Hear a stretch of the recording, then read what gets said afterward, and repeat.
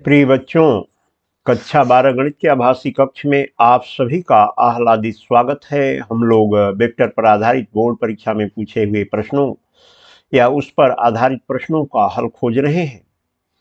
तो एक प्रश्न यहाँ है कि सदिश वेक्टर ए बराबर 2i unit vector plus 3j unit vector plus 5k unit vector का सदिश वेक्टर बी बराबर -i unit vector plus J unit vector plus 2k unit vector की दिशा में प्रक्षेप ज्ञात कीजिए। तो इसको हल करते हैं प्यारे बच्चों।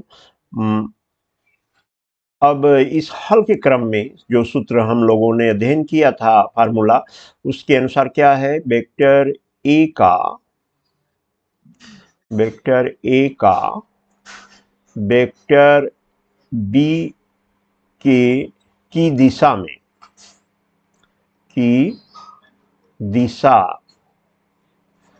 में प्रक्षेप प्रोजेक्शन। बहुत ही बार इस तरह के प्रश्न पूछे गए हैं और थोड़ा सा अगर ध्यान देंगे तो हमेशा के लिए आपको स्मरण में आएगा, आप रिकॉल कर सकेंगे। तो ये जिसका प्रक्षेप निकालते हैं और जिसकी दिशा में निकालते हैं, दोनों वेक्टरों का डॉट प्रोडक्ट ले लेते हैं। Vector A dot product vector B. Dot product का मतलब स्केलर प्रोडक्ट है, जो अदिश गुणन के रूप में जाना जाता है, और जिसकी दिशा में निकाला जाता है प्रक्षेप, उसे अपान में मापांक उसका निकालते हैं उस वेक्टर का। तो यहाँ बी वेक्टर के दिशा में निकाला जा रहा है, इसलिए modulus value of vector B हो जाएगा। अब ए डॉट बी को लिख लेते हैं 2i unit vector plus 3j unit vector plus 5k unit vector dot vector B की value -i unit vector plus j unit vector plus 2k unit vector का scalar product आप ले रहे हैं, और मापांक यानी modulus value of vector B जो होगा वह रूट वैल्यू में प्यारे बच्चों लिखा जाता है, आपको ज्ञात भी है। तो लिखते हैं आई का जो गुणांक है यूनिट वेक्टर का वह -1 है, -1 का होल स्क्वायर। जे का जो कोफिशिएंट है यूनिट वेक्टर जे का वह 1 है, 1 का स्क्वायर करते हैं, प्लस कर देते हैं, उसे ऐड कर लेते हैं। और के यूनिट वेक्टर का कोफिशिएंट यानी गुणांक 2 है, तो 2 का वर्ग कर देते हैं, स्क्वायर ले लेते हैं, रूट वैल्यू में सबको लेकर के जोड़ लिया जाता है। और यहाँ आपको ज्ञात है, हमें ज्ञात है, लिख लेंगे, वह क्या है, I unit vector dot product I unit vector बराबर जे यूनिट वेक्टर डॉट यानी scalar product J unit vector is equal to K unit vector dot K unit vector का मान 1 होता है। और प्यारे बच्चों, I unit vector in dot यानी scalar product J unit vector बराबर J unit vector dot K unit vector is equal to बराबर K unit vector dot I unit vector का मान 0 होता है। इस तथ्य का उपयोग करके यहाँ आप हल करेंगे, तो हल करेंगे यानी सलूशन इसका देंगे, तो सलूशन के क्रम में यह 2 का मल्टीप्लाई -1 से -2 हो जाएगा, और 3 का 1 से +3 हो जाएगा, और 5 का 2 से तो ये हो जाएगा आपका 5 इंटू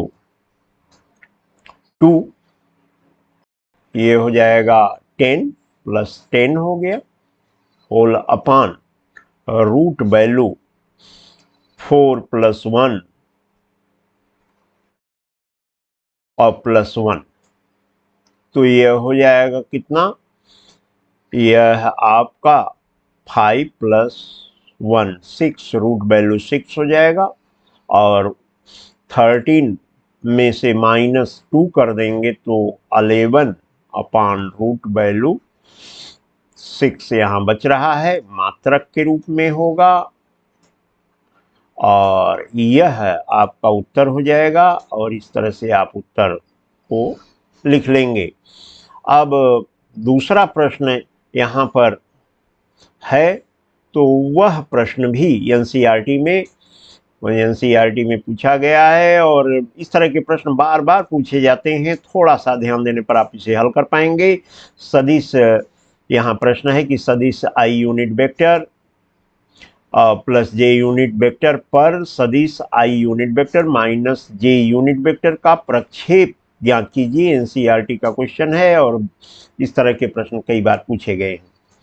तो हल करते हैं। माना यहाँ पे लिख लेते हैं, माना वेक्टर ए बराबर आई यूनिट वेक्टर प्लस जे यूनिट वेक्टर, और प्यारे बच्चों वेक्टर बी बराबर मान लेते हैं I unit vector minus J unit vector. अब सूत्र को ध्यान में करते हैं, याद करते हैं सूत्र को, दिमाग मस्तिष्क में इसे रिकॉल करते हैं। तो क्या है कि वेक्टर ए पर वेक्टर बी का प्रक्षेप ज्ञात करना है।